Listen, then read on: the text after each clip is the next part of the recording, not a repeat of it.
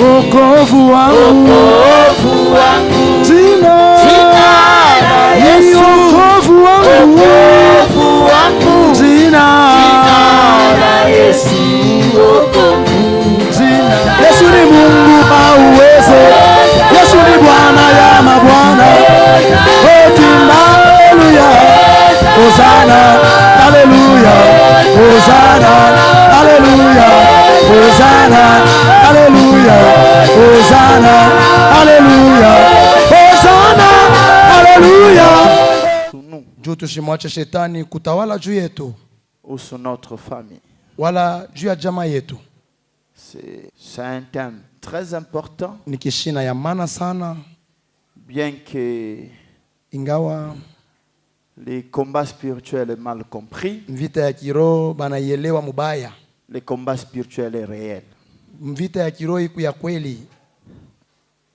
Et il n'y a que ceux-là na nipaka bale qui ont la victoire dans ces domaines beko na ushindi qui peuvent vivre une vie de triomphe. Na banaweza kuishi maisha ya ushindi. Une vie de paix. Maisha ya salama. Une vie de tranquillité. Maisha ya ustarehe. Sans la victoire dans ces domaines de combat spirituel, on est malmené chaque jour. Chaque jour. Nous avons introduit dimanche. Nous avons parlé hier.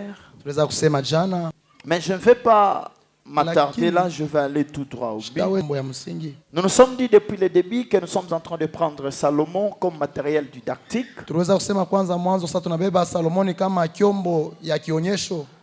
Parce que nous étions en train d'expliquer comment beaucoup des enfants de Dieu tombent dans le piège et deviennent faibles. Et laissent l'avantage au diable. C'est souvent avec cette pratique, cette habitude qui se retrouve dans les enfants de Dieu. Ils se disent souvent, bon, advienne que pourra. Bon, ce n'est que la volonté de Dieu qui sera faite. Et les gens se retrouvent imposés par le diable. Et ils croient que c'est la volonté de Dieu. Et les gens qui disent non, tout ce qui m'arrive là c'est la volonté. Non, ça c'est l'ignorance. Ça c'est l'aveuglement. Ça. Dans le domaine de la volonté de Dieu, il y a... Je ne saurais pas expliquer tout ça ce soir. Parce qu'il y a la volonté parfaite, il y a la volonté permissive, il y a la volonté souveraine. Je ne saurais pas expliquer tout ça. Ce n'est pas notre sujet. Mais écoutez-moi. Lorsque nous parlons de la volonté de Dieu, vous devez comprendre une chose. Ah non, lisons seulement. Lisons. Sinon, ça va me prendre beaucoup de temps. Lisons. 1er Roi chapitre 2. Ici déjà nous allons essayer à comprendre quelque chose. David approcha du moment de sa mort. Il donna ses ordres à Salomon son fils en disant: je m'en vais par les chemins de toute la terre. Fortifie-toi et sois un homme. Observe les commandements de l'Éternel ton Dieu, en marchant dans ses voies, en gardant ses lois, ses ordonnances, ses jugements et ses préceptes, selon ce qui est écrit dans la loi de Moïse, afin que tu réussisses dans tout ce que tu feras et partout où tu te tourneras. Ici, bien aimé, avant que je n'avance, ici déjà, vous allez comprendre que David est en train de dire à Salomon que la réussite partout où peut s'est retrouvé Salomon fasi yote Salomon atajikuta dépendra de comment il va obéir à Dieu. itadepende na namna kani atamtii Mungu. Je ne sais pas si vous comprenez. Amina. Or déjà ici, Japo mara moya pa la volonté de Dieu mapenzi ya Mungu était que Salomon devienne roi sur Israël. ilikuwa ni Salomoni akuwe mfalme pa La Israeli. volonté de Dieu était déjà connue.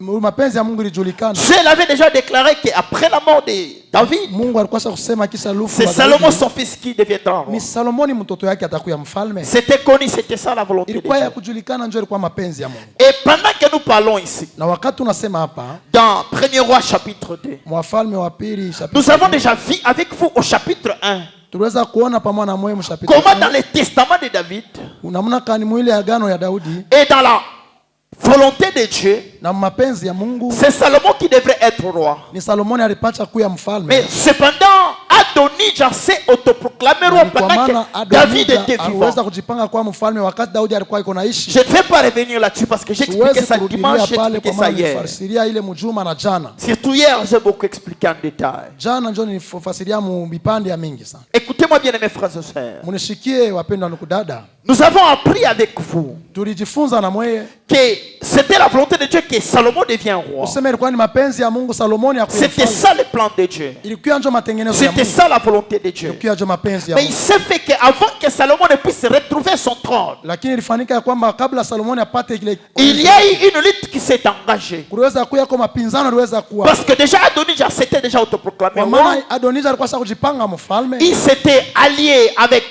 Joab. Aliweza kuungana na Yoabu. Il s'était allié avec les sacrificateurs et d'autres prophètes. Aliungana na bakuani na banabii bengine. Il avait les chars, il avait certains hommes forts avec lui. Et na bantu ba nguvu naye. il avait même convié toute la famille du roi Na alikuwa David. kukaribisha jamaa yote ya mfalme Tous Daudi. les membres de la famille du roi David Bantu bote wa mjamaa ya mfalme étaient à la Daudi. fête d'Adonijah, Balikuwa karamu ya Adonijah. intronisés en tant que roi.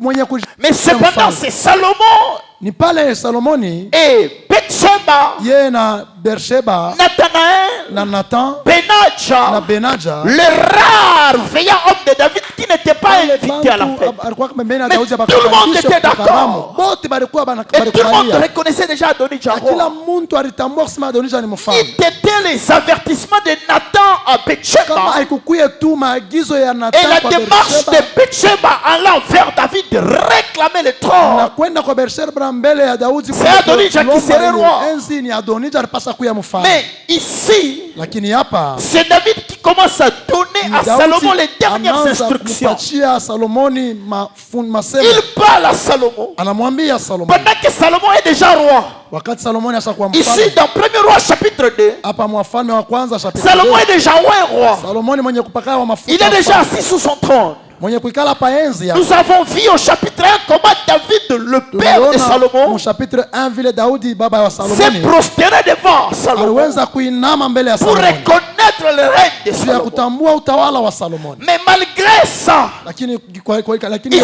il veut mourir. hapa anataka kufa. Maintenant il dit à Salomon, Anamwambia Salomon, observe le commandement de l'Éternel. wewe fuatilia ile Marche dans les voies de l'Éternel. tembea munjia. Garde les lois de l'Éternel. Chunga matorati ya Garde milele. les ordonnances de l'Éternel. Chunga maagizo ya Garde les milele. préceptes de l'Éternel. Chunga makanuni C'est ya alors milele. que tu réussiras. Ni pale utaweza.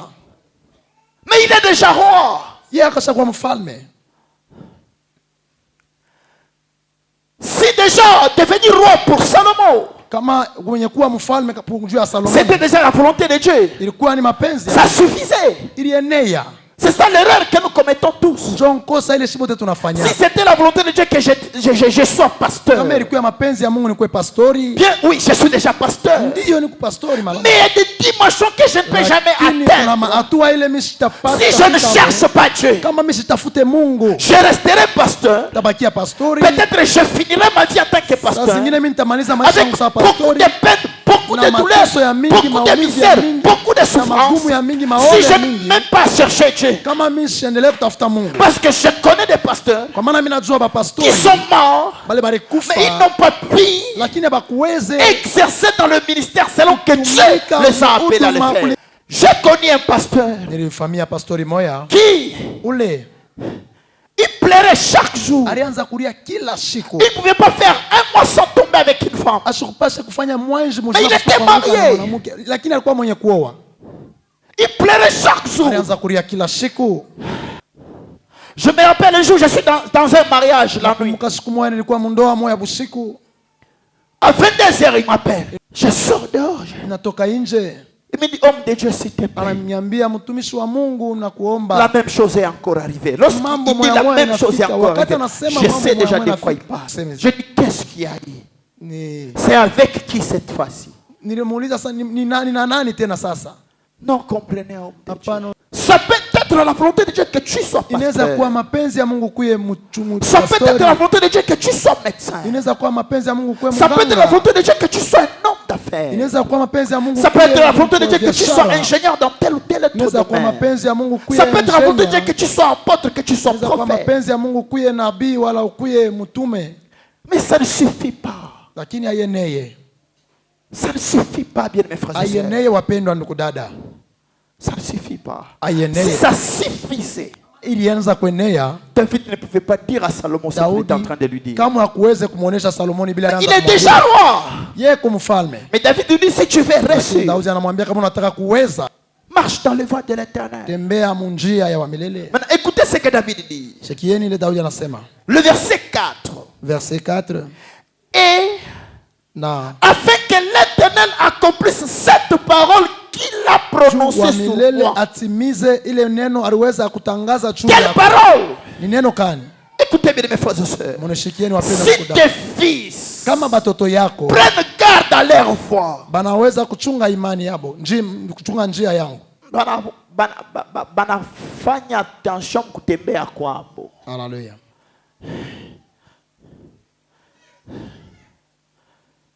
Prennent garde à leur foi, en marchant avec fidélité devant moi, de tout leur cœur et de toute leur âme. Tu ne manqueras jamais d'un successeur sur le trône d'Israël. Ça, c'est la volonté de Dieu. Je fais que David ne manque jamais d'un successeur sur le trône. Ça, c'est la volonté de Dieu. Mais pour que ça arrive, les fils de David doivent marcher dans le voie de l'Éternel. Amen. Amen. David ajoute au verset 5. Je sais ce que m'a fait Joab, fils de Tsuruja, ce qui a fait à deux chefs de l'armée d'Israël, Abner, fils de Ner, et Amasa, fils de Jeter. Il les a tués. Il a versé le sang pendant la paix, le sang de la guerre. Et il a mis le sang sous ça. Il a mis le sang de la guerre sous sa ceinture qu'il avait au rein et sous la chaussure qu'il avait au pied. Tu agiras selon ta sagesse et tu ne laisseras pas ses cheveux blancs descendre en paix dans le séjour des morts. Amen. Ici, David est en train de dire à Salomon des choses pour que le trône soit affermi. Hier, j'ai typifié le trône par ton mariage. Hier, j'ai typifié le trône par ton business. Hier, j'ai typifié le trône par ton ministère. J'ai typifié le trône par ta vie. C'est vrai, c'était une promesse. Et tu as vu cette promesse commencer à s'accomplir. Aujourd'hui, tu es dans le business. Aujourd'hui, tu es dans le mariage. Aujourd'hui, tu es dans le ministère. Mais pour que ton ministère, pour que ton mariage, pour que ton business, pour que tes finances soient affermies, tu as besoin de faire ces deux choses. La première chose, observer les lois de l'Éternel, marcher selon les voies de l'Éternel. Et la deuxième chose, reconnaître qu'il y a des ennemis à exterminer. Il n'y a que ces deux choses qui feront en sorte que ton trône soit affermi. Tu marches dans les voies de l'Éternel et tu prends considération considération des ennemis qui existent. Et tu les traites avec sagesse pour pouvoir les exterminer. Ces deux choses suffisent pour mener la victoire dans les combats spirituels. Amen. Amen. Alléluia. Amen. Bien mes frères et sœurs, beaucoup des enfants de Dieu souffrent à cause de ça. Salomon pouvait aussi se dire, si c'était écrit que je serai roi sur Israël, je serai roi. Mais Salomon ne pouvait jamais voir son trône être affermi. Pour que le trône soit affermi, il fallait qu'il marche dans le voie de l'Éternel. Pour que le trône soit affermi, il devait reconnaître qu'il y a Joab à côté de lui, qui a Shimei à côté de lui, et l'ignorer mettrait en danger son trône. Ça c'est la sagesse du Père. Là c'est le Père qui parle au Fils. Il lui dit, écoute, si moi j'ai commis des erreurs, mais toi tu ne dois pas commettre des erreurs. Si moi je n'ai pas eu un trône affermi, mais toi tu dois avoir un trône affermi. Et c'est vrai, je vous dis vrai, David a beaucoup souffert. David, c'est vers la fin que David a eu avoir un trône affermi. Toute la vie de David, c'était une vie déstabilisée. C'est pourquoi David avait des enfants dont il ne connaissait même pas certains leurs noms. C'est pourquoi David a eu à avoir beaucoup de rebelles dans sa maison. David avait une vie désordonnée. Lui-même il le témoigne, il le dit clairement. Amen. Alléluia. Mais par rapport à tout ce qu'il a connu dans la vie, il s'est dit, mais mon fils lui ne doit pas souffrir comme moi. Mais pour que mon fils soit affermi et mène une vie de triomphe, je dois lui donner le nécessaire. Alléluia. Plus tard vous allez voir David lorsqu'il parle avec Salomon, il lui dit que ton règne à toi doit être comme le règne d'un soleil qui lorsqu'il brille dans son jour et que le ciel ne doit pas être nuagé. Et David dit clairement à Salomon, c'est que moi je n'ai pas fait. Il dit clairement, David dit à Salomon, mon trône à moi et mon règne à moi n'était pas comme le soleil à son grand jour. Pourquoi? Le ciel n'était pas clair. Le ciel était tantôt nuagé, tantôt pluvieux. Mais moi je ne veux pas que tu vives ce que j'ai vécu.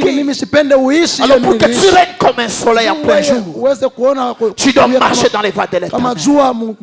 Et tu dois prendre conscience qu'il y a des ennemis. Mais il te faut de la sagesse pour te venger d'eux. Amen. Alléluia. Mais toi tu te dis, je suis déjà un enfant de Dieu. Donc j'ai déjà un travail. Donc j'ai un peu de moyens. Non, j'ai déjà mon business. Donc j'ai déjà mon travail. Et tu dors sur tes lauriers comme les Français le disent. Yaya, tu seras surpris. Amen. Amina. Je vous dis, frère, beaucoup de gens souffrent et Dieu n'est pas dans leur souffrance.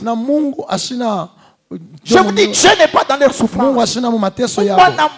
Dieu n'est pas dans leur souffrance. Beaucoup de gens appellent désert. Ce qui n'est pas désert. Ce n'est pas un désert créé par Dieu. C'est eux-mêmes qui ont créé leur désert. C'est eux-mêmes qui ignoraient les ennemis.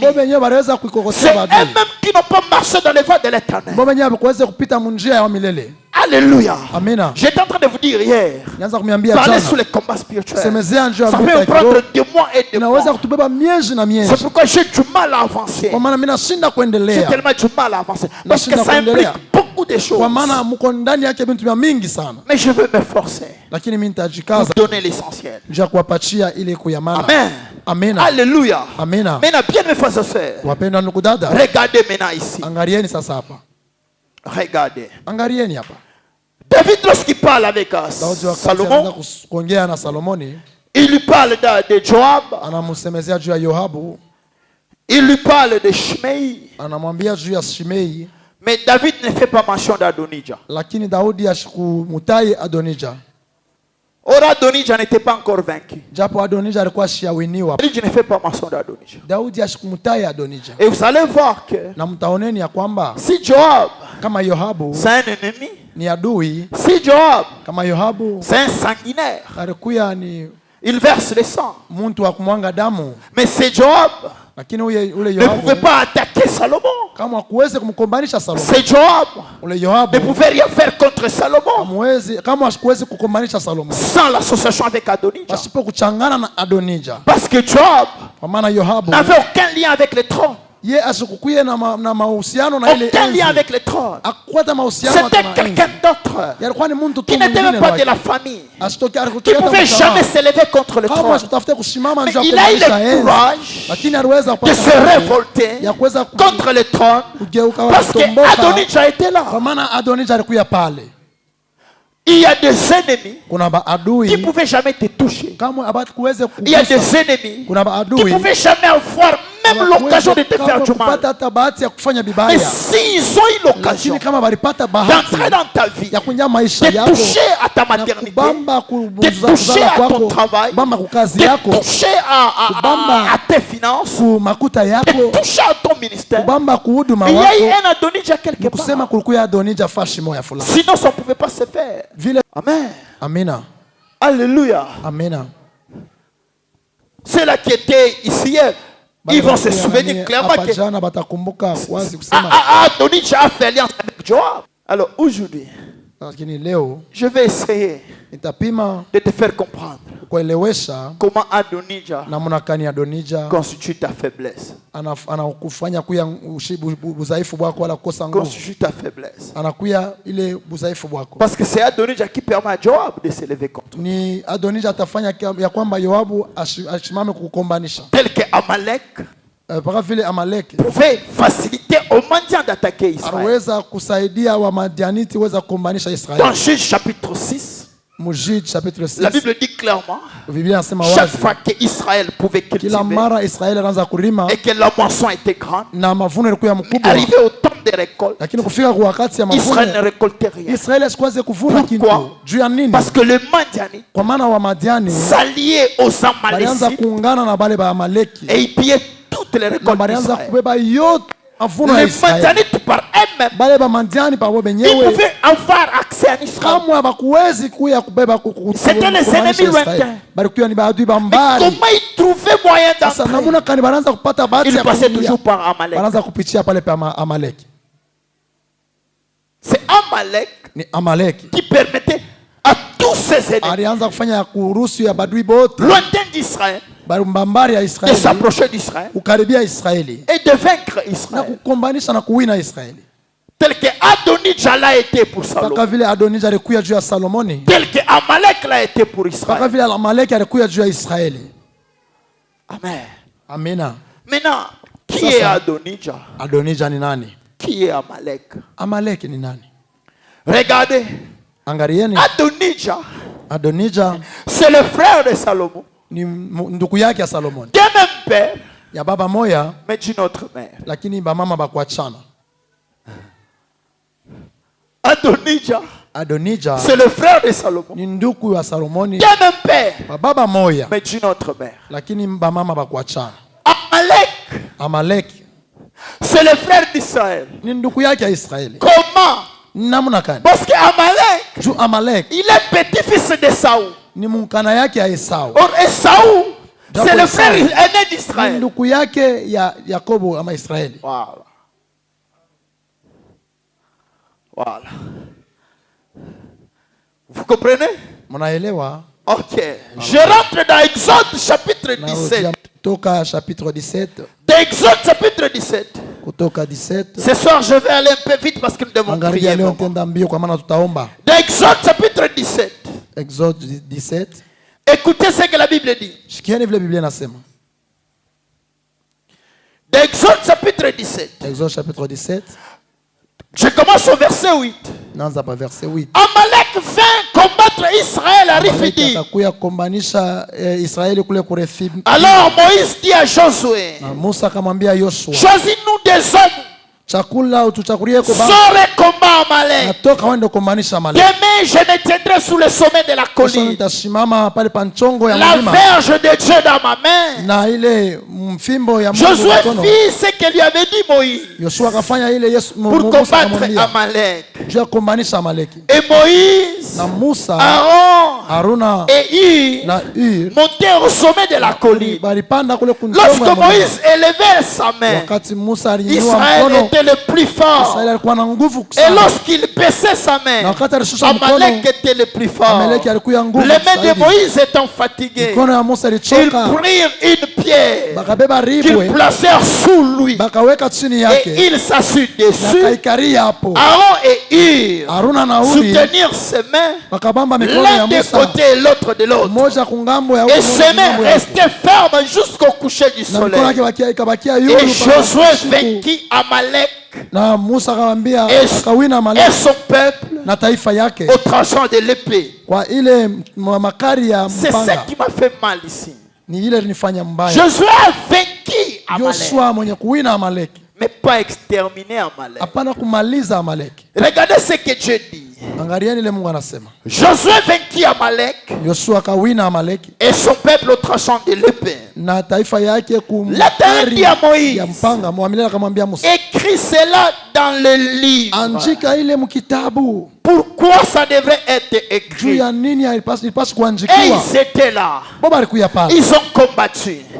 Josué a vaincu Amalek. Ça pouvait s'arrêter là. Mais Dieu dit écrivez. Pourquoi il fallait écrire? Il fallait écrire pour que la descendante d'Israël n'oublie jamais ce qui s'était passé entre Israël et Amalek. Pas seulement pour ça. Ça devrait être écrit pour nous aussi. L'apôtre Paul dit, toutes ces choses qui ont été écrites pour notre édification. Amen. Alléluia. Dieu dit, écris cela dans le livre pour que les souvenirs s'en conservent. Et déclare à Josué. C'est là que ça m'a fait mal. Et déclare à Josué. Qui parle ici? C'est Dieu. Déclare à Josué. Déclare à Josué que j'effacerai la mémoire d'Amalek de dessus les cieux. Lorsqu'il dit j'effacerai, ça veut dire il a effacé. Hein? Non, j'effacerai, mais il n'a pas effacé. Vous allez comprendre pourquoi. Moïse bâtit un autel et lui donna pour nom l'Éternel ma bannière. Et il dit, parce que la main a été levée sous le trône de l'Éternel, parce que la main a été levée sous le trône de l'Éternel, il y aura guerre de l'Éternel contre Amalek de génération en génération. Tu refuses la lutte. Tu refuses le combat spirituel. Tu dis que si quelqu'un est en Jésus, il n'y a plus de condamnation. Oui, c'est Romains chapitre 8, je connais. Mais toi qui dis qu'il n'y a pas de condamnation, tu lis Romains 8, mais tu te menstrues. Esclave de la damnée. Tu es esclave. Amen. Amina. Des générations à kizazi kwa kizazi. Pourquoi? Juu ya nini? Dieu savait pourquoi. Mungu alijua juu ya nini. C'est pourquoi vous allez voir. Par la suite maintenant. Kisha yake. Tous les combats qui ont touché Israël. Vita yote iliweza kugusa Israeli. Les ennemis sont passés par Amalek. Badui balipitia par Amalek. Tout. Manvita yote. Je peux vous surprendre. Ninaweza kumishitusha. Vous savez que même Aman, il est descendant d'Amalek. Aman qui a combattu Esther. Aman qui a combattu Mardochée. Il est descendant d'Amalek.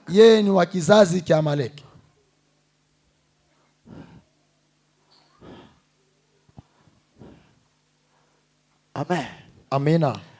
Le premier ennemi adui wa kwanza qu'il faut dominer, ule rifai kutawala, qu'il faut vaincre, ule nafai kuwina, qu'il faut pas laisser de la ule haifai kumwachia fazi, c'est ton frère, ni ndugu yako, c'est ta sœur, ni dada yako, ta sœur, dada yako, ton frère, ndugu yako, de ton père, wa baba yako, mais dis notre mère. Moya lakini ba mama bakuachana. Hallelujah. Mais dis notre mère. Merci Jésus. Tu m'as pas encore compris. Hauyanielewa. Parce que celui-là, kwa maana ule, il est proche de toi. Ni wa karibu na wewe. Celui-là, ule, il a vu le même jour que toi. Yaliweza kuzaliwa wakati mwana. Celui-là, ule, il te connaît mieux que personne. Anakujua mzuri zaidi ya bantu bote. Et chaque fois na kila wakati que Joab te cherchera, Joab atakutafuta. Chaque fois kila wakati que Mandian te cherchera, bamandiani watakutafuta. Il passera que par Amalek. Atapitia pa Amalek. Il passera que par Adonija. Atapitia pa Adonija. Hallelujah. Ton frère, ndugu yako, ta sœur, dada yako, de même père, wa baba moya, mais d'une autre mère. Mais ba mama bakuachana. C'est pourquoi Dieu a promis à Israël. Il dit à Moïse, dis à Josué, je ne vais pas l'exterminer aujourd'hui parce qu'il est ton frère. Vous êtes obligés de vivre ensemble. Mais votre relation, ce n'est pas lui qui doit régner, c'est toi qui dois régner. Mais tu es obligé de vivre avec lui. Parce que là, ce n'est pas le temps de le tuer. Parce que là, ce n'est pas le temps de l'exterminer. Parce que tu as encore besoin de lui. Mais tu dois vivre avec lui. Mais en prenant le dessus sur lui. Amalek, il est ton frère. Adonija, il est ton frère. Si tu veux bien comprendre qui est Amalek, qui est Adonija, première Pierre, chapitre 2, première Pierre,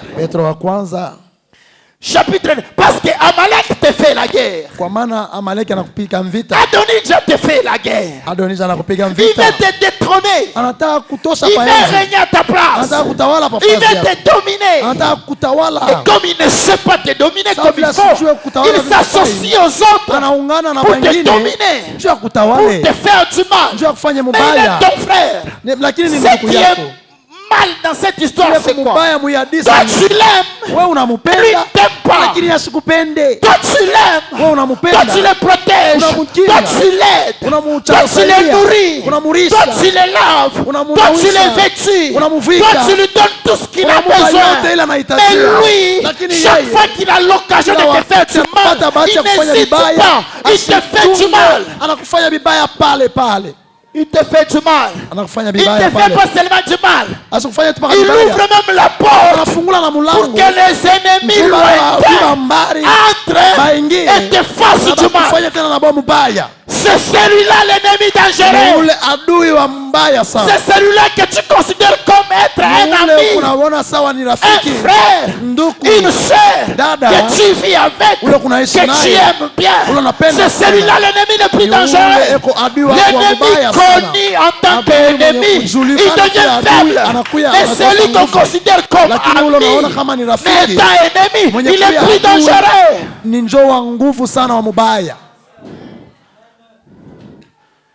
Il est plus dangereux. Oh, on m'a reproché hier que je parle trop vite. Là, j'ai encore parlé trop vite cette séquence. Oh, je me répète. Je dis ceci.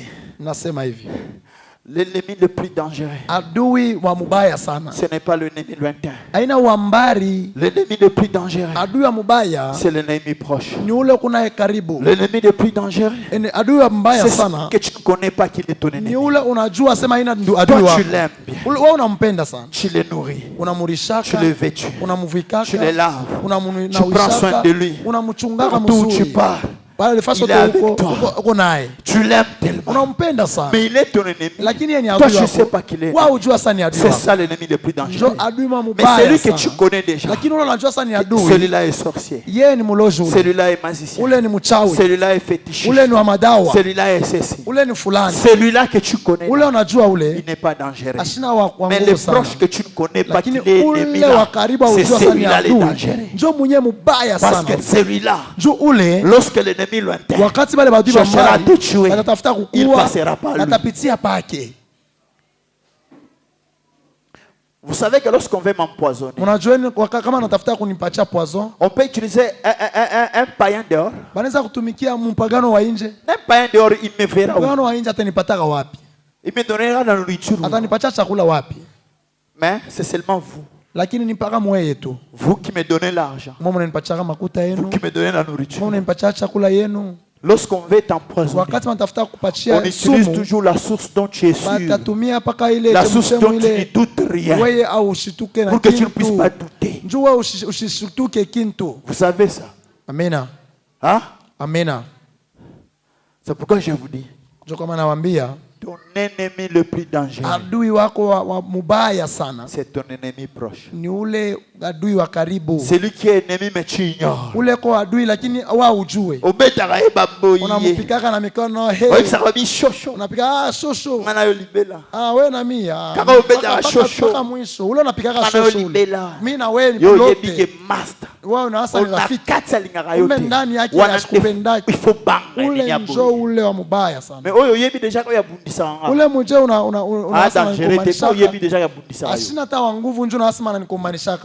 Est-ce que vous comprenez? Amen. Est-ce que vous comprenez? Alors, beaucoup de chrétiens échouent à cause de ça. Pourquoi? Ils affritent leurs âmes. Ils se préparent contre les ennemis lointains. Ils jettent des flèches. Ils s'engagent dans des luttes ardues avec des ennemis lointains. Lorsqu'ils terminent tous ces combats, ils rentrent et croient avoir eu la victoire.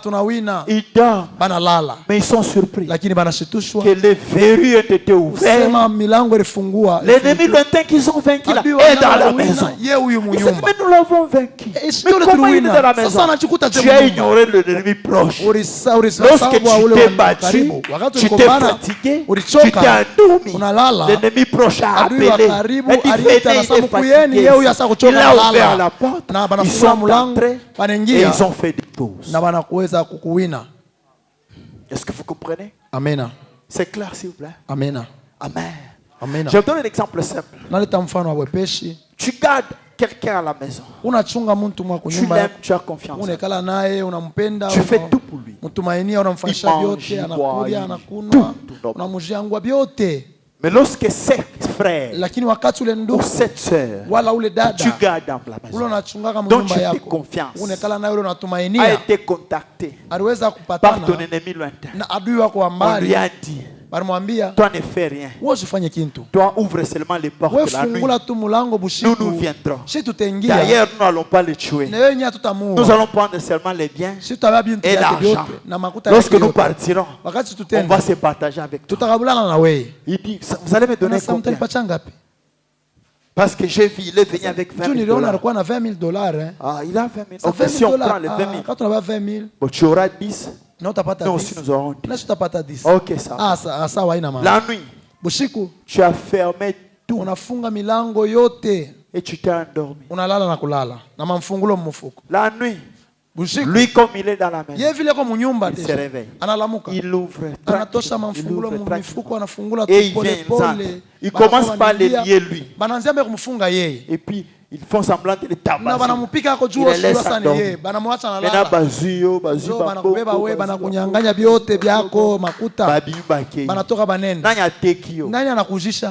Les proches. Wandani ule wa karibu. Que tu ne connaissais pas qu'il était ennemi. Ula uyu asema njoo mwenyewe. C'est lui qui a ouvert la porte. Yeye ndo alifungula mlango tu ni Si wandani. lui n'était pas là. Kama Yesu kukuyepo. Ton cadenas est fort. Mlango kofia yako ni ya nguvu. Ça pouvait tenir. Ilipasha kubamba. Ta barrière est forte. Barrière yako ni ya nguvu. Ilipasha kubamba tu. Tu en train de forcer. Tu pouvais m'appeler l'intervention. Mais comme lui là était là ouvert. Tu n'as même pas eu le temps d'appeler l'intervention. Même le voisin ne sait même pas qu'il est en train de capturer. Avec tranquillité, on te fait des choses et on part. Pourquoi? L'ennemi proche que tu n'as pas dominé. L'ennemi proche que tu n'as pas découvert. L'ennemi proche que tu n'as pas dominé, que tu n'as pas dompté. C'est celui-là le dangereux dans les combats spirituels. Merci. Qui est cet ennemi-là? Ni adui kani ule. Première Pierre. Petro wa kwanza. Chapitre 2. Chapitre 2. Je commence la lecture. Inaanza usome. Juste au verset 10. Pas verset 10. Pour que vous puissiez comprendre. Je mwelewe. Vous qui autrefois n'étiez pas un peuple, et qui maintenant êtes le peuple de Dieu. Vous qui n'avez pas obtenu miséricorde et qui maintenant avez miséricorde. Bien aimé, je vous exhorte comme des étrangers et des voyageurs sur la terre à vous abstenir des convoitises charnelles qui font la guerre à l'âme. On comprend ce qu'on est ennemi. Mnaelewa sasa ule adui qui font la guerre à quoi? Iko nakumaanisha nini? Nafsi. Qui font la guerre à quoi? Iko nakumaanisha nini nafsi? Attends. La Bible dit l'homme qui pêche, c'est l'homme qui fera quoi? Nafsi ile inafanya dhambi, nafsi itafanya nini? Est-ce que l'homme pêche par elle-même? Eti nafsi inafanyaka dhambi yenyewe. Qu'est-ce qui fait ça que l'homme pêche? Nini inafanyaka nafsi itende dhambi? Les convoitises de la chair. Tamaa ya mwili. Ils font la guerre à l'âme. Inakombanisha sana nafsi. Papa Eli. Wana secret. Ile ndio siri ya vita. Unashtuka sasa. Tu es surpris hein? Ça va? Si jusqu'aujourd'hui là. Paka na leo hapa. Si les choses ne marchent pas. Kama bintu abiendeke. C'est à cause de cet ennemi là. Ni njia ule adui ule. Convoitise de la chair. Tamaa ya mwili. Première Pierre. Petro wa kwanza. Il parle de ces convoitises. Akasema njia ile matamaa ya mwili. Au pluriel, vous avez vu? Ni matamaa kwa wingi mnaona? Abstenir de quoi? Mujikatarie ile matamaa. De convoitises charnelles. Tamaa ya mwili. Au pluriel. Vous savez pourquoi? Mnajua nini? Parce qu'il y a la convoitise de la chair. Tamaa ya mwili. Il y a la convoitise des yeux. Na tamaa ya macho. Il y a aussi l'orgueil de la vie. Na kiburi ya maisha. Voilà. En un mot, on dit les convoitises charnelles. Matamaa ya mwili. C'est ça ton Amalek. Njo ile ule Amalek. Njo Amaleki wako. C'est ça ton Adonija. Njo Adonija wako ule. Yaya. Nduku. Écoutez. Nishikieni. Écoutez. Munishikieni. Écoutez. Première Pierre. Petro wa kwanza. Chapitre 1. Chapitre 1. 18. Verset 18. À 19. Paka 19. Sachant que mwenye kujua ya kwamba ce n'est pas par des choses périssables, aina kwa bintu vya kupotea, pas de l'argent, hapa kwa fedha ou de l'or, wala kwa dhahabu, que vous avez été rachetés de la vaine manière de vivre, kukombolewa kwa que vous avez hérité de vos pères, ile mliweza kurithi kwa mais bazazi, par le sang précieux, lakini kwa damu ile Christ, nzuri ya Kristo, comme d'un agneau sans défaut et sans kama mwana kondoo asipo na bubaya. Merci. Christ nous a racheté. Kristo aliweza kutukomboa na kunini? Alitukomboa kunini Kristo? Nous venons de lire. Tunataka kusoma. Anatukomboa kunini Kristo? Mauvaise manière. Mifano mubaya. Papa, c'est au pluriel de son singulier. Au pluriel. Mauvaise manière. Ma mifano mibaya. Hérité de qui? Ile tuweza kurithi na bazazi yetu wingi. Au pluriel.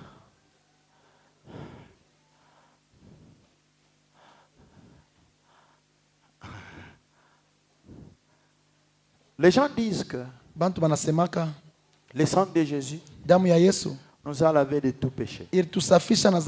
Oui, c'est la vérité. Maintenant, dans tout péché là, il y a aussi les mauvaises manières héritées de nos pères.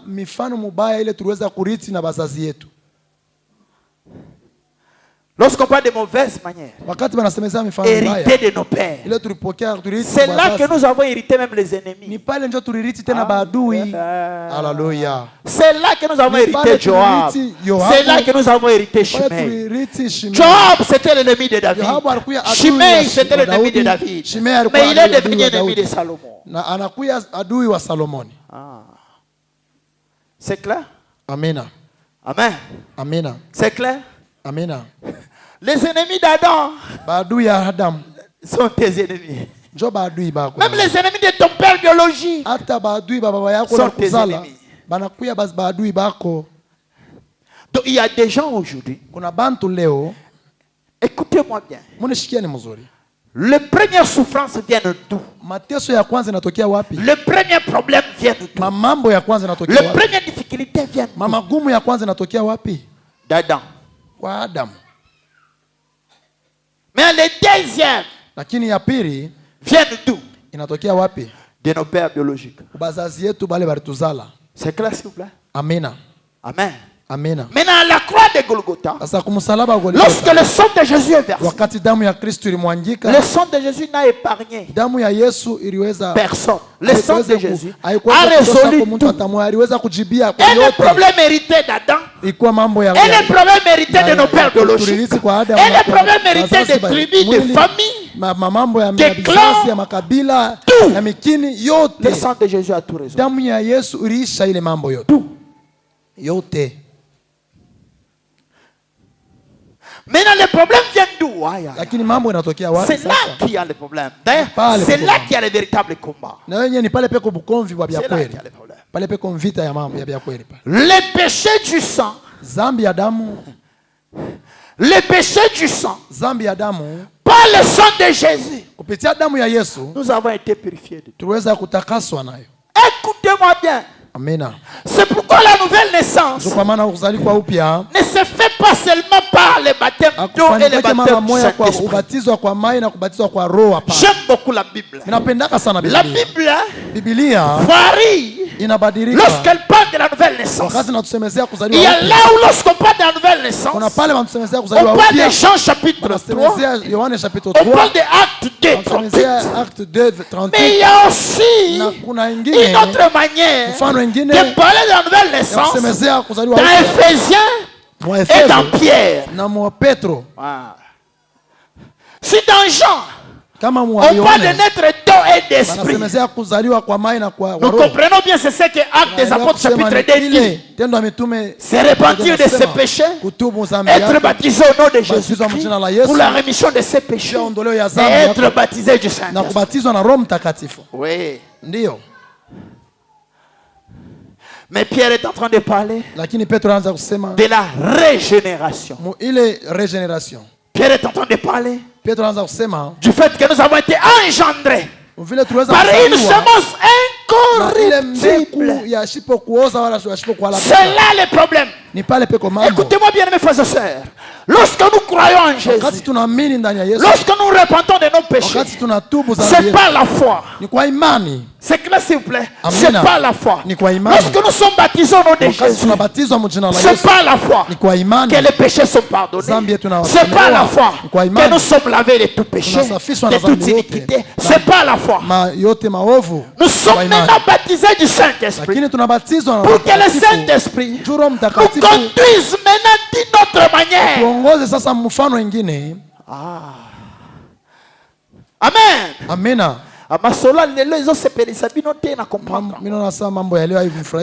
c'est curatif ça. C'est curatif ça. C'est comme la quinine qui doit guérir.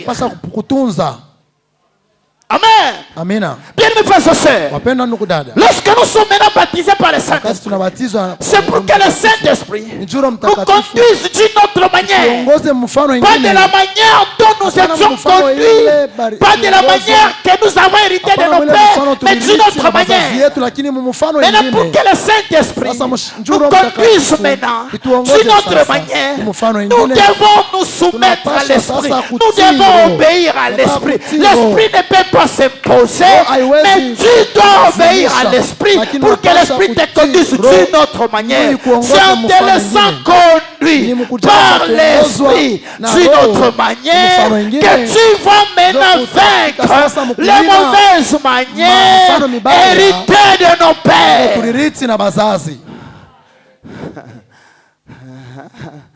Attends. Lélo, je savais que j'aurais du mal à être acclamé. J'étais conscient. C'est pourquoi avant de commencer, je sentais que j'avais une forte pression sur moi. Je sentais ça. Attends. Frère, tu as donné ta vie à Jésus. Tu es baptisé au nom de Jésus. Tes péchés sont pardonnés et effacés. Tu es rempli de Saint-Esprit. Tu es une nouvelle créature en Jésus. Toutes les anciennes choses sont passées. Tu es devenu une nouvelle créature. Oui, c'est vrai. Lorsque tu quittes dans les eaux du baptême, tu es une nouvelle créature. Tu es baptisé du Saint-Esprit. C'est une nouvelle vie que tu commences. Et tu le sens même toi-même. Tu le sens que non. Ce soir. Et tu vas voir là, lorsque tu arrives à la maison, on commence une discussion bizarre. Tu sens que ça commence à aller mal. Tu es vide. Peut-être tu dis rien, tu te déplaces. Tu sais quoi? C'est la nouvelle naissance, la nouvelle nature qui fait son travail. Est-ce que vous comprenez, s'il vous plaît? Maintenant, regardez ce qui se passe. C'est là que les chrétiens sont faibles. Les chrétiens croient qu'après le baptême, après la nouvelle naissance, le péché est mort. Non, frère, le péché ne meurt pas. Non, frère, le péché sont étouffés. L'ancien homme là, le vieil homme là, il ne meurt pas sur place. Il est seulement étouffé. C'est Amalek, frère. Je ne vais pas l'exterminer là-bas. Tu as besoin de lui pour vivre. C'est Amalek. Si Dieu le tuait directement, ça voudrait dire que toi tu allais mourir. Alléluia. Amen. C'est Amalek. Tu l'as vaincu par la nouvelle naissance. Mais tu ne l'as pas exterminé. Il est vivant. C'est lors de l'enlèvement qui sera exterminé. Ton corps va rester. Tu vas revêtir le corps de gloire. Dans le corps de gloire, tu seras séparé définitivement avec Amalek. Mais en entendant, il est là. Tu dois l'étouffer. Si tu ne l'étouffes pas, lorsque le sorcier vient, il fait coq. C'est lui qui va aller ouvrir. C'est lui qui va ouvrir. Il ouvre. Le sorcier entre. Amen. Yokanga. Nabando te asiko. Nabando sa l'introduction. Pour comprendre Mathéas. Mathéas a minute. Yokanga. Un sorcier qui t'aime pas, qui veut te faire du mal. Il essaye. Ça ne marche pas. Il entre dans la réunion. On lui dit non. Nous faisons une étude sur lui. Il essaye. Il ne trouve rien. Tu sais qu'est-ce qui se passe? Le vieil homme est étouffé. Amalek est vaincu. Il n'y a pas de porte d'entrée. Il n'y a pas de porte d'entrée. Basali réunion. Ma compagne Baobi. Parmi les mauvaises manières kati ya biote matabia mubaya aliliti kubazazi yake. Il y a la colère. Kuko kishilani. Maintenant banenda sasa. Ba changer forme. Banabadilisha mfano ya kufanya. Banayua wewe. Que provoquer makambo. Il faut tukuchokoze mambo hii. Kaka mwasi nayo. Paka bibi yako ule. Kutuka 19h. 19h tu. Quelques minutes avant bobanda prière. Minutes kiloko kabla muombe. Ndio senye so yako pesa maya ya kumela. Kwa tama ya kunwa. Obimaya. Sasa mai. Kedozo mayoza na makolo. Wewe una na mikono. C'est toi qui ne réponds comme ça. Wewe unanijibu vile. Est-ce qu'il y a un problème? Peko mambo. Tuende tukabebe. Unataka kumondoa tukabebe. Est-ce que c'est moi Blaise qu'on fait ça? Ni mie tu pasteur bana. Amalek comment tu nayo? Amalek anaanza kuuliza. Est-ce que zayo? Ni wewe ou bien ina wewe? Est-ce qu'il y a un mtako répondre hapo? Est-ce qu'il y a un kukujibu hivi? Amalek obia. Amalek anasa. Nyata yedi. Umupike kintu. Otelemi. Mashimama sasa. Biloko herita na papa na yo bizo. Vile uripata na wazazi yako binakuya. Donc okomo landa siko. Unaanza kumfuata sasa. Obeti na no porte. Una mkono. Dolandi siko. Wewe unakonesha na nyamel vile. Wewe. Wana deja pale Amalek anaanza ouvrir porte. Anaanza fungula mlango. Wewe na wewe hivi na hivi. Viens ici les enfants sont là. Viens. Tango zo ben Amalek. Mkokota Amalek anasema muingie. Bana ingia. Amalek. Insulte pen. Unaongeza tena na matushi ya Goliath. Amalek afunguli pa. Amalek anafungula mlango. Katangu bolali. Paka wakati tunalala tu kiloko. Fièvre mwana kuna dongo fièvre moya. Maungu inapanda moto mtoto. Babengi papa. Papa. Ici ça papa. Mambo ni aliambike anakuwa commence à prier Seigneur. Anaanza kuomba Bwana. Amalek a déjà ouvert la porte. Mlango. Baba mandianite basa kuingia. Amalek asafungula mlango. Le même sorcier qui t'a échoué hier. Alikushinda jana. Il est venu entrer par la colère. Mais il a échoué hier. Bale barishindwa jana. Ba mususu. Kula rosi yenye bengine. Ezatangu. Ni wakati. Bazowele la promotion. Beo natafuta kupanda mkaji. Bazowele la business. Beo natafuta ile mbitu yako. Biashara yako bana pima bapate. Bagyo sala réunion. Banenda kuikala banikala sali réunion. Banaikala banasumburia. Comprendre que. Banaelewa kusema. Biloko herita na papa na. Bitaririthi na baba yake. Ye kote basi za raso. Ngambo ya banamuke ni mambo. Alobi. Sasa kesho. Ba préparer jeune fille. Banatengeneza dada moya. Alatibo. Paka vile unapendaka. Anavala. Anakoka. Wakati wanapita tu Amalek anakusinyale mama aone prêt à croquer. Hapa ni tayari tu uniforme. Unaona tu vile iko paka vile unapendaka. Mtu homona yote. Mtu asamona. Ne Satan zalaka organiser. Shetani asa kujitengeneza il fera que atafanya ya kwamba que ça soit un secret. Ikuye musiri. Que personne ne le sache. Mtu atamwashiwe. Mais dans le secret là. Mule musiri mule. Tu es faible. Muko muzaifu dans le secret là. Musiri la porte est ouverte. Mulango ko wazi. Dans le secret là. Musiri mule. Amalek a invité. Les Machanites sont venus. Et ils sont entrés. Na banaingia. Alors vous voyez seulement. Les choses ne changent pas. Les choses se compliquent. Vous priez. Rien ne marche. Amalek c'est déjà. Amalek ashafungula mlango. Merci Seigneur. Bien mes frères et sœurs. Wapendwa ndugu dada. Écoutez-moi bien. Mshikieni mzuri. Jésus. Yesu. Il se tient debout. Anasimama hivi. Il dit clairement. Anasema wazi. Le prince de ce monde. Huyu mtawala wa dunia ashakulamuka. Mais il n'y a rien de lui à voir. Kintu kyake kila tapata kwangu. Agokuta Amalek te. Yasamkuta Amalek atama la moya. Quand les sorts viennent, quand les magiciens, wakati baloji banakuya msawi, des ennemis, badui, ils viennent banakuya et qui ne trouvent rien kute kintu en toi, ndani ils n'entreront pas. Abatengiaka kamwe. Mais s'ils trouvent quelque chose, lakini kama nakuta kintu, ils ne vont pas t'attaquer toi. Bon, ils vont seulement appeler Amalek. Bataita tu Amalek. Amalek uko wapi? Nous sommes là. Shi hapa deja pa mlango. Ni kama Dalila fungula mlango. Le véritable combat spirituel vita ya kweli ya kiroho commence à examiner d'abord ton Amalek. Anza mbele kutafuta kuchunguza ule Amaleki wako. Qui est ton Amalek? Vumbula Amaleki wako ni nani? Étouffle. Na umufinye. Si tu crois que kama unaamini kusema il y a une prière kuna maombi qui va te délivrer ile naweza kufungula Amalek pour toujours. Na Amalek lote. Je te trompe, ça n'existe pas. Kuna landa ikalake kwa ile maombi. Mais ce qu'il faut, c'est avoir l'esprit supérieur. Ce qu'il faut, c'est avoir les dessus sur Amalek. Parce que le même Amalek, tu as besoin de lui pour des choses normales. Moi, ces derniers temps, ça ne va pas. Je veux que vous priez pour moi. Les chaleurs que je sens, que ça puisse se calmer. Donc, lorsque tu vas te marier, tu viendras encore compter que la chaleur recommence. C'est l'ignorance, ça. Il y a même des pasteurs qui acceptent qui prient. C'est l'ignorance, ça.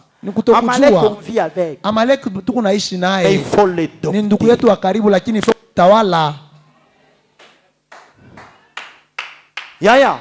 Certaines choses, on les abandonne lorsqu'on devient conscient du danger. Lorsqu'on devient seulement conscient des risques, on abandonne. Sans même la prière, on abandonne. Chunga, frère. Tu aimes beaucoup les femmes. Toi aussi, tu vas seulement une femme comme ça directement. Maintenant, tu entends, on te dit, son mari est mort avec le sida. Toi, même si tu n'écoutes pas, est-ce que tu vas partir? Moi,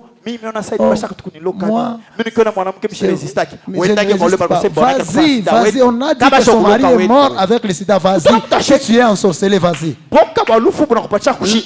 La crainte de la mort, tu manques seulement la crainte de Dieu pour vaincre Amalek. Est-ce que vous comprenez ce que je viens de dire là? Amen. C'est seulement on est ignorant des dangers des choses. C'est pourquoi on fait n'importe quoi.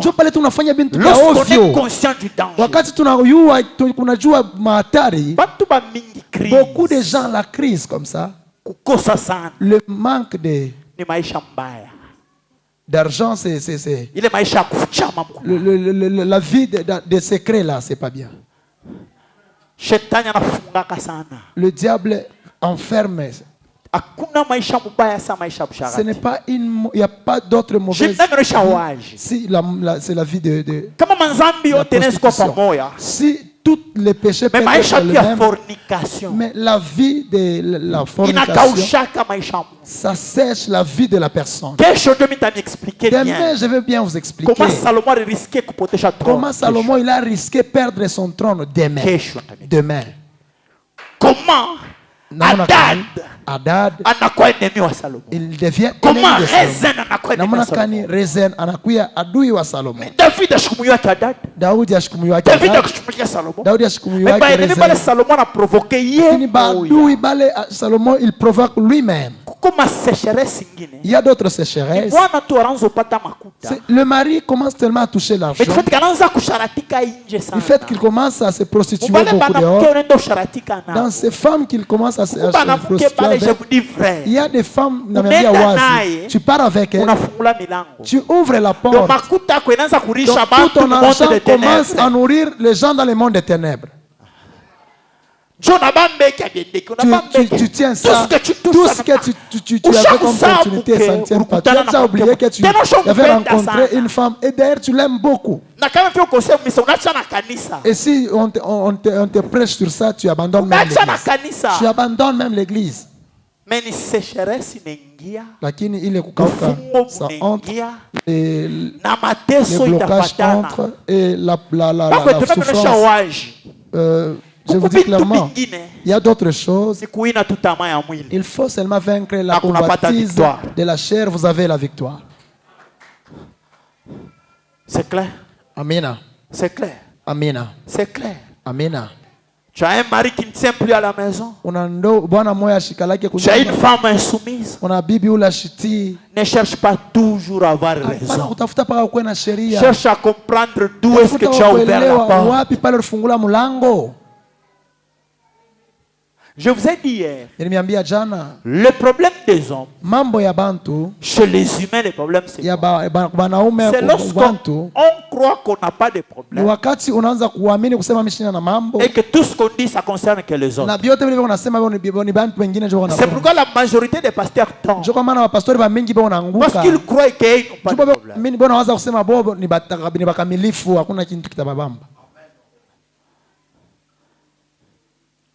Papa, Baba, aucune position Aucune position. Ça veut dire grade, fonction, argent.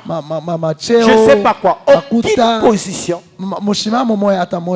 ne peut te minimiser. Quoi protéger? Ça ne peut pas te protéger. Aucune fonction. Aucun grade. Aucune position ne peut te protéger. C'est clair, s'il vous plaît. Amen. La seule façon de se protéger, c'est de dominer la convoitise de la chair. Parce que même les sorciers, ils sont incapables de nous toucher sans les péchés.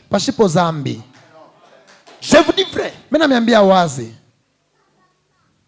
Moi, je suis né dans une famille où il y avait beaucoup de sorciers. Je connais ce que je vous dis. Moi, ni t'étais Dieu. Moi, j'allais mourir depuis longtemps. Ni t'étais Dieu. Je ne pouvais même pas avoir un ministère tel que je vous dis vrai. J'ai appris avec Dieu qu'aucune puissance de mon ténèbre n'est valable sans le péché. C'est le péché qui donne le pouvoir à toute puissance de mon ténèbre. Il n'y en a pas d'autre. Papa, même le diable en personne peut descendre physiquement. Il ne peut rien contre toi. Si tu ne gardes pas le péché en toi. Romains chapitre 6. C'est avec ça que nous allons prier. Romains chapitre 6.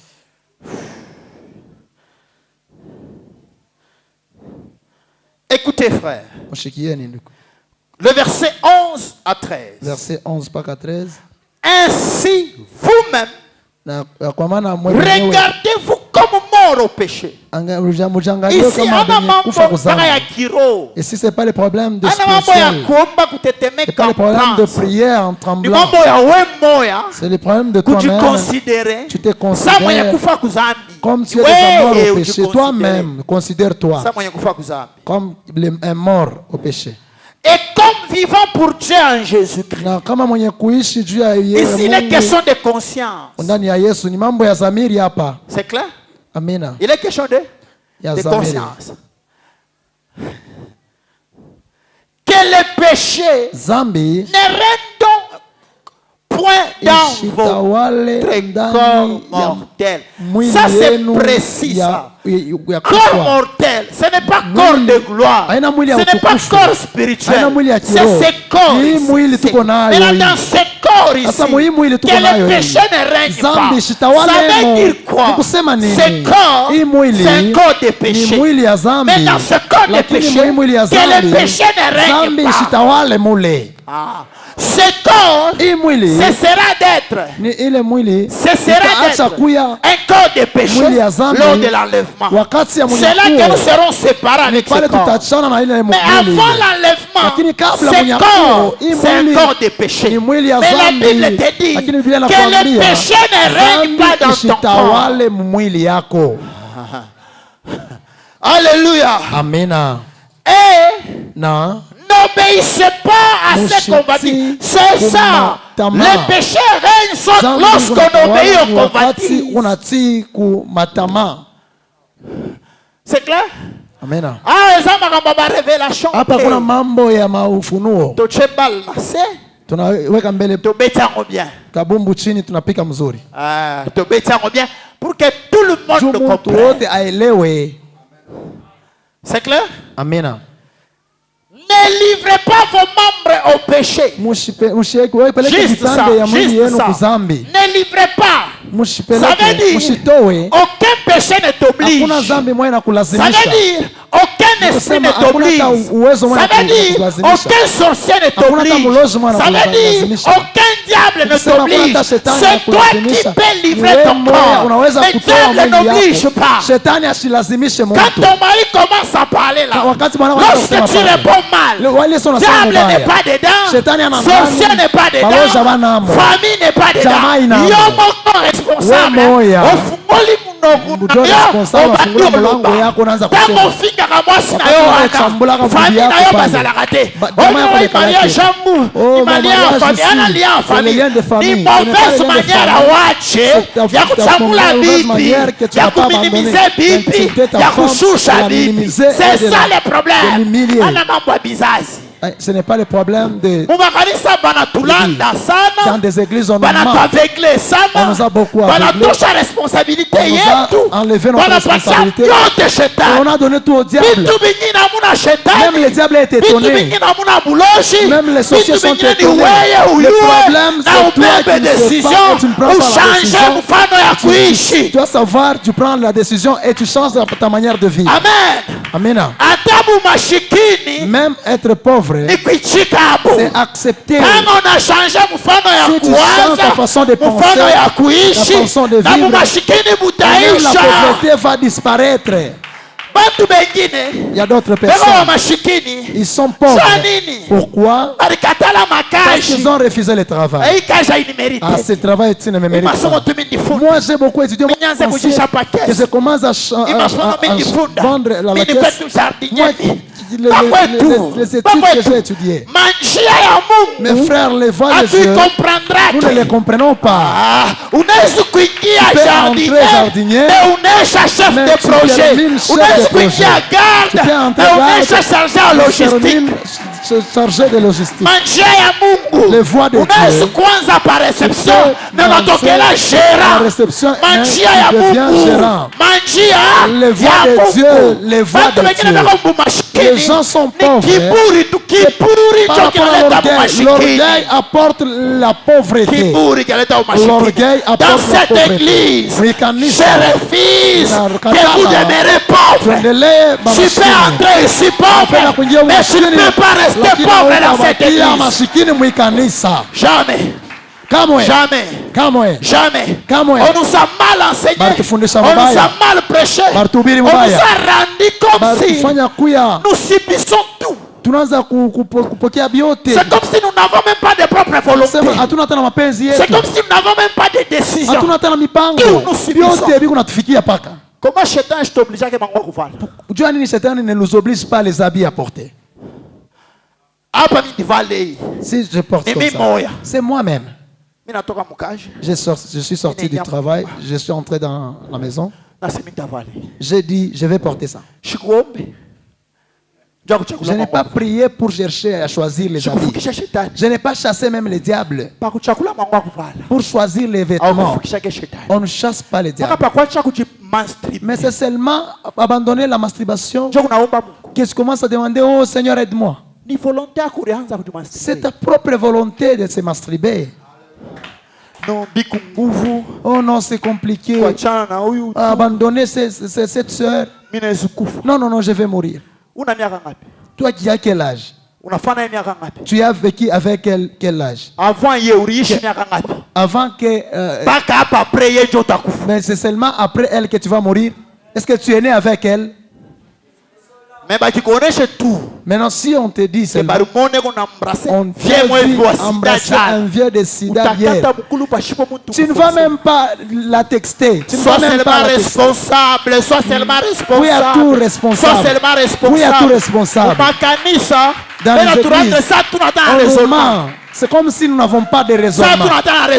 C'est comme si nous ne raisonnons pas. Tout, oh non, c'est spirituel.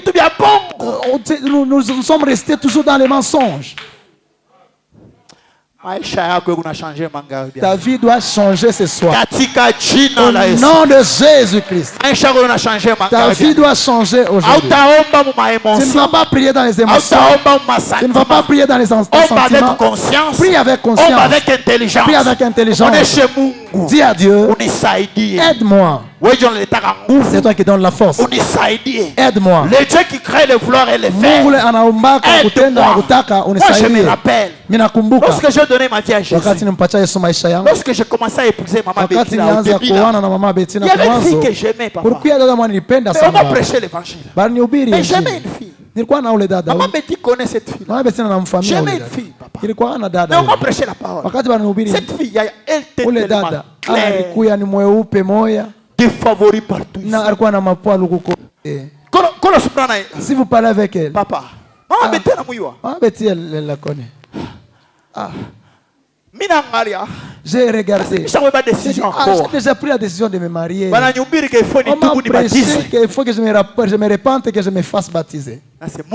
J'ai dit, Seigneur, donne-moi la force. Le problème, c'est avoir la conscience. Cette femme, si elle t'appelle, tu commences à trembler. Si tu entends seulement sa voix, tu commences à faire boum, boum. Je dis, Dieu, je commence à voir, c'est comme c'est pas normal. Aide-moi. Ma volonté et ma façon de chercher Dieu, c'est ce qui a amené. Mets ta volonté et cherche Dieu. Qu'est-ce que Dieu t'aide? C'est clair? Nous allons prier 5 minutes. 5 minutes. 5 minutes seulement. Avec conscience. 5 minutes. Avec intelligence. Na akiri. Faiblesse ya koni wapi? Où est ta faiblesse? Amalek wako eko wapi? Où est-ce que celui qui ouvre ta porte chaque jour. Pour d'autres c'est l'orgueil, pour d'autres c'est la colère, pour d'autres c'est les insultes, pour d'autres c'est la prostitution, pour d'autres c'est les vols, pour d'autres c'est l'envie. Que chacun de nous prie que Dieu l'aide. Pour les autres, c'est une main forte. Donne-la dîme. Lui, il voit comme c'est un problème. C'est la dîme. Demande à Dieu de te délivrer avec l'envie. Demande à Dieu, aide-moi. Il y a d'autres sécheresses dans la vie. C'est toi, tu ne veux pas changer. Dieu est prêt de te donner tout. Mais pourquoi il va te refuser de l'argent? Pourquoi il va te refuser de te marier? Pourquoi il va te refuser de te donner les enfants? Parce que Dieu peut te haïr toi et aimer les autres. Dieu nous aime tous. Dieu nous fait grâce tous. Prie avec intelligence. Avec conscience. Prie avec conscience. Ne prie pas avec des émotions. Ne tombe pas. Avec conscience.